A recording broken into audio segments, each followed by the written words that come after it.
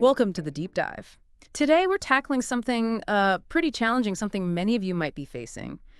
Job loss and, well, the whole job search journey. Yeah, instead of just general tips, we're digging into a specific source, a transcript, from a recent coaching event, Rise After Layoffs. Exactly. This wasn't just theory, was it? No, not at all. It was a live event, March 26, 2025, really focused on giving people solid, practical strategies after they've been laid off. Our source is the transcript from that, featuring futurist and executive coach Joyce Gioia, plus some other career pros. Right. So our mission today is to really pull out the best, most actionable advice from that event. Stuff to give you, our listener, more clarity, maybe a confidence boost, whether you're job searching now or just thinking about a career shift. And Joyce Gioia, she's quite something, not just a coach, but a futurist. That perspective is, I think, really key for people figuring out what's next. Global speaker, TEDx talk. Yeah. She's got the credentials. Definitely. But what stood out in the transcript was how practical and grounded her advice felt. Real-world stuff. For sure. And we're going to focus on, what, three main areas they covered? Yeah, basically. Smart job search strategies, going beyond just clicking apply everywhere, then building a resume that actually gets noticed, and finally, interview techniques to seal the deal. Okay, let's jump in. Job search strategies first. What was the big idea there? Strategic targeting. That was the phrase that kind of emerged. It's not about finding any old job. It's about focusing your energy, your time on roles that actually fit your strengths, your values. Quality over quantity. Makes sense. Applying to everything sounds exhausting. It is, and often pointless. Joyce told this story, remember, about her 83-year-old husband. Oh, yeah. He mentioned being open to work and then got bombarded with totally irrelevant offers. Exactly. It really drives home be selective. Don't waste your time applying for things that just aren't right for you. It's a good wake-up call. And related to targeting, she brought up an interesting angle, looking at non-governmental or state government jobs. Why there specifically? Her thinking was, with potential changes in how government functions, well, new needs might pop up at those levels. Maybe less competition there too, potentially. An area people might overlook. Okay, now networking. Everyone says network, but what was the specific advice? It was about being intentional, not just adding contacts on LinkedIn. Right. Actually reaching out to people you know, Right. old colleagues, mentors, people already in your circle, Yeah. and virtual events too. They mention those as a good place to connect with, say, hiring managers or people in industries you're curious about. It's about being proactive. And LinkedIn specifically. Yeah, but with a caveat, don't just send generic connection requests. Oh, those are the worst. Right. Send a personalized message, show you've actually looked at their profile, explain why you want to connect. Makes a huge difference. Shows you've done your homework. Totally. And this all feeds into something else Joyce mentioned, building your network before you need it, like keeping those relationships warm. Ah, the long game. Yeah. She told that story about wanting Joe Sugarman, her friend, to write a book forward, but feeling awkward because they hadn't connected in a while. It's a reminder, isn't it? Keep those connections alive. Definitely. So it's ongoing maintenance, not just reaching out when you're desperate. Okay, and alongside the outreach, staying organized. That sounds critical. Although absolutely essential. Treat your job search like a project, basically. Okay. Track your applications, who you've talked to, follow-ups, deadlines. Use a calendar, a spreadsheet, an app, or whatever works for you. Just have a system. Stops things falling through the cracks. Exactly. And, it can be tough emotionally, this whole process. Joyce was really open about that. Yeah, I like that part. Talking about needing self-pep talks, needing a support system. It's good to hear that acknowledged, even from an expert. Makes it feel more, normal. It really does. Okay, let's shift gears. The resume. That first impression, what was the key advice there? Customization. Big time. Yeah. That one-size-fits-all resume. Probably not cutting it. So tailor it for each job. Every single one. Highlight the experience and skills that are most relevant for that specific role right up front. Make it easy for them. And Al Wynant had that tip about language. Yes. Use the exact phrasing from the job description when it fits your experience.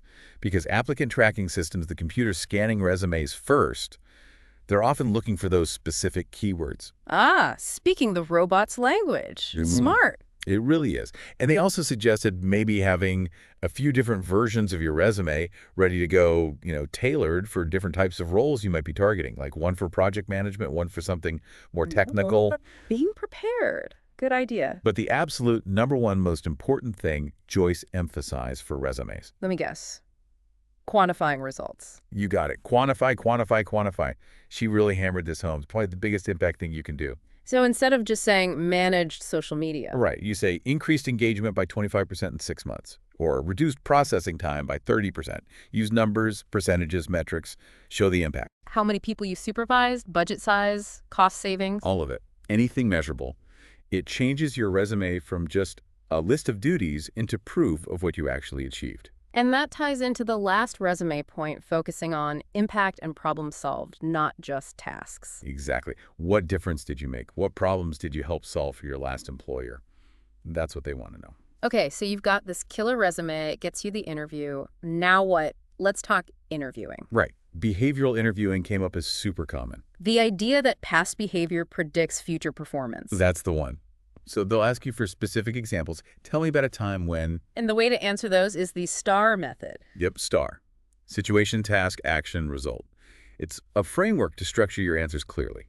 Describe the situation, what you needed to do, what steps you took, and what the outcome was. They mention an Indeed video explaining it. Worth looking up, I guess. Definitely. Having that structure helps you give really solid, compelling answers. You need examples ready. Preparation sounds absolutely key. Paramount. And practice. Actually say your answers out loud. Rehearse the common questions. It really builds confidence and helps you smooth things out. Makes sense. And confidence came up too, right? Yeah. Knowing your value. Yes, being able to clearly articulate what you bring to the table.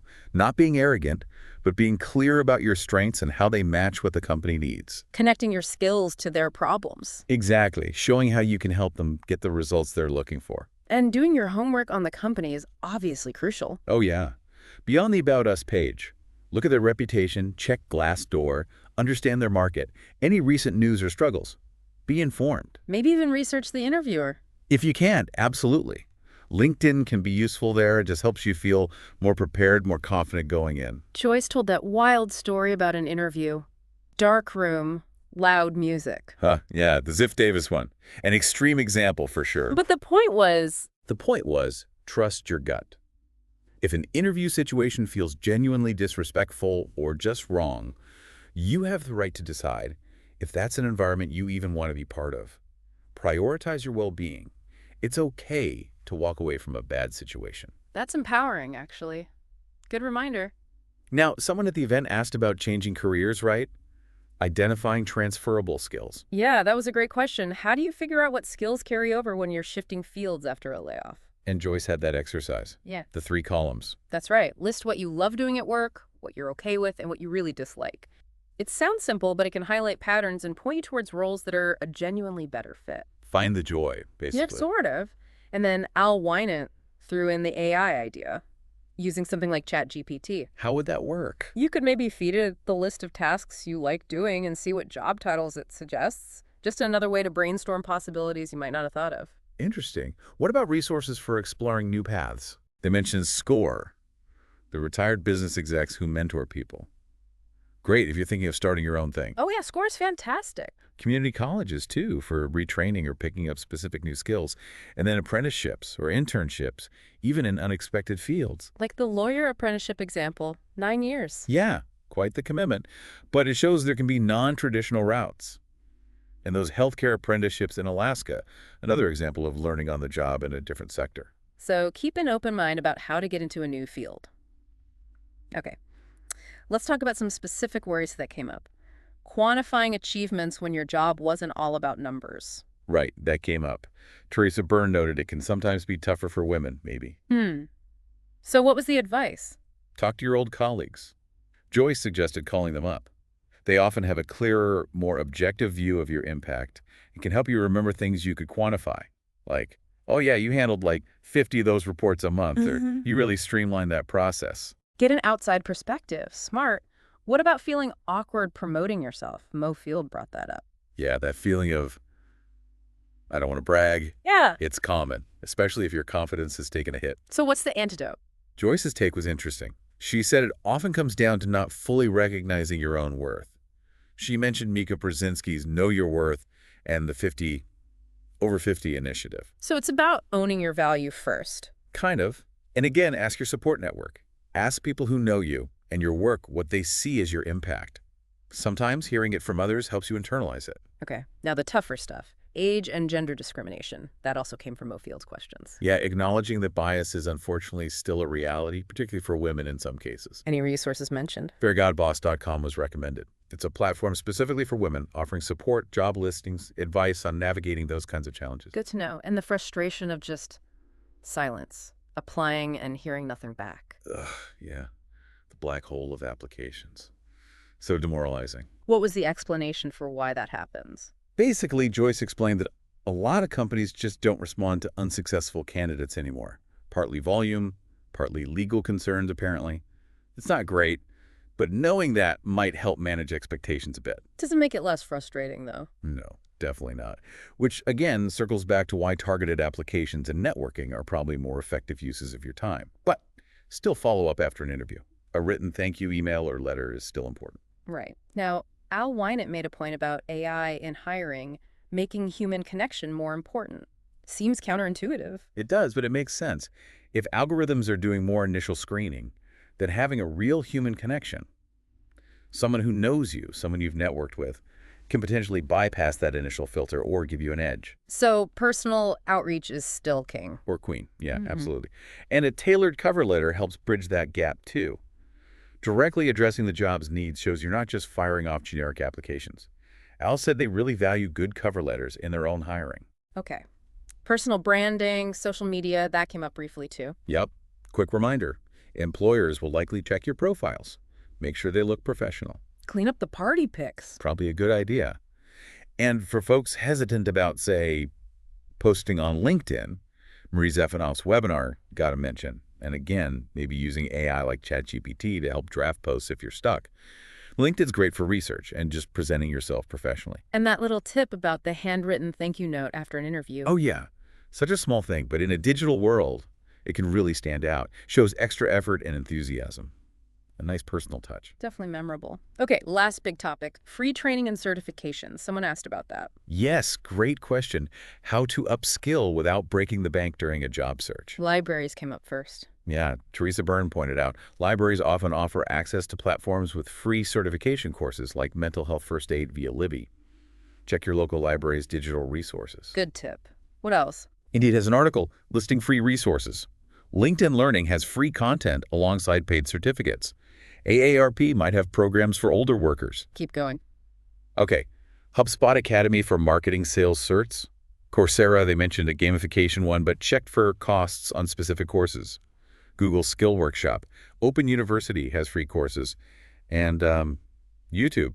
So many tutorials. And didn't Al say library cards sometimes unlock paid platforms? Yes. Sometimes your library membership gets you free access to things like LinkedIn Learning or Coursera. Definitely worth investigating. Huge potential value there. Wow, lots of options. Okay, let's try to wrap this up. If we distill the key advice, maybe thinking about that laid-off federal employee Joyce spoke to, Good. what are the main action steps? Again, number one, research target companies on LinkedIn. Network, intentionally reach out to people you know. Got it. 2? Tailor that resume. Use quantifiable results. Focus on specific roles you find on Indeed, LinkedIn, other relevant job boards. And 3? Prepare thoroughly for interviews. Research the company. Practice your answers using the STAR method. Show them your value. Solid advice. Okay, final thought for our listeners. Well, building on all this, maybe take a moment to reflect beyond just finding the next job. Think about your unique skills, yes, but also what truly motivates you. Remember that IT guy who became a gardener? Yeah, unexpected paths. Exactly. What kind of problems do you actually want to solve? What aligns with your deeper values? Maybe exploring some of those resources we mentioned could spark ideas for a path that's not just a job, but something genuinely fulfilling. What's your next chapter really about?